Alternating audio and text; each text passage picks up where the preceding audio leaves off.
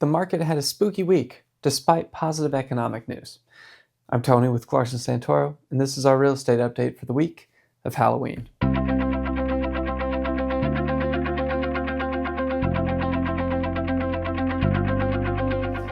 We know that selling or buying a home can be very stressful and confusing. That's why we do these weekly videos, so you can know how the market is impacting your options as a home seller or buyer. This week, there are 40 homes on the market, the same as last week. The average asking price for those homes is relatively the same at $1,884,000, up a little bit from $1,833,000 for the average price last week. 6 homes went pending, twice as many as last week, with an average asking price for those pending homes roughly the same at $1,906,000, down just slightly from the $1,975,000 last week. And one more home closed this week compared to last. But most significantly, that average closing price jumped up significantly to $1,959,000, up from $1,637,000 last week. So now we know how the market performed this past week, and we like to look at the broader trends that might help us understand where the market might be heading. Before we do that, if you find this information helpful, you can hit the subscribe button down below. And while you're down there, why don't you share it with a friend? That way everyone can be in the know about their local real estate market. All right.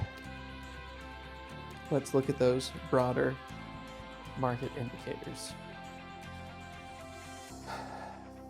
Inventory remained the same this week, which to me is more like it rising actually. We are at the time of year where we expect to see fewer homes on the market, so staying at 40 feels high, especially with the lack of turnover.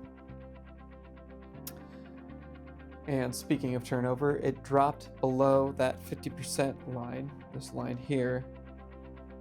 We're below that this week again.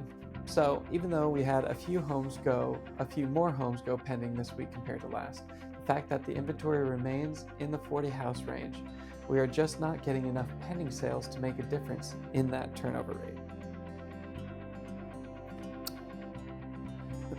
The over-under number continued to slip this week as well, dropping to 2.5%. And you can see the trend line just continues to keep going back down. So we're now at 2.5% under asking for the average closing price. That isn't a large fall from last week, but it's a continuation, like I said, of that negative trend line that we've been experiencing. On the other side of the coin, the average closing price improved this week. You see that nice little tick up after we had been witnessing that severe drop off. It crept up by $63,000, reversing a 2-month-long trend of decreasing averages. With the past few weeks of pending sales numbers, I still think this will end up in that low to mid $1.8 million range, right around here by the end of the year. With Trump announcing a reduction in tariffs on China after meeting with Xi Jinping, it's no surprise to see that the QQQ fund had a significant growth this week. It ended up about just under 5% over last week's numbers. This fund growth indicates overall consumer confidence improving, which should improve our housing market movement as well. Hopefully we'll see that soon. In other positive economic news, the Federal Reserve reduced their discount rate by another 25 basis points.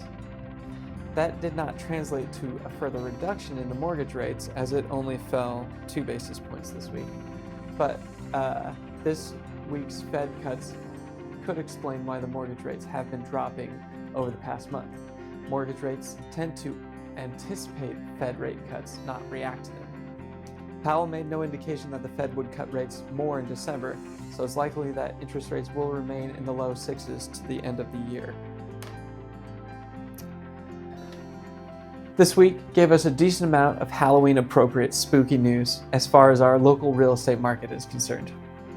With the turnover rate falling and the over-under numbers for the average closing price dropping more, it confirms what people have been feeling about how soft this market is right now. However, the positive news is that this week also brought a decent amount of positive movement in the economy. So we're hoping that the scare we received this week is as short-lived as Halloween weekend, and that we will see some improvement in the market soon. Thank you for joining me for this weekly update. I hope it helps you understand how our market is impacting your options. Don't forget to hit the subscribe button down below and ring the notification bell so you can stay informed on how the market continues to shape up as we end out the year. And if you have any questions about how you can navigate the stressful and confusing process of selling or buying a home, leave a comment down below or reach out to us directly. We're here to help guide you every step of the way. Have a safe weekend, stay safe, and we'll see you next week with a new update.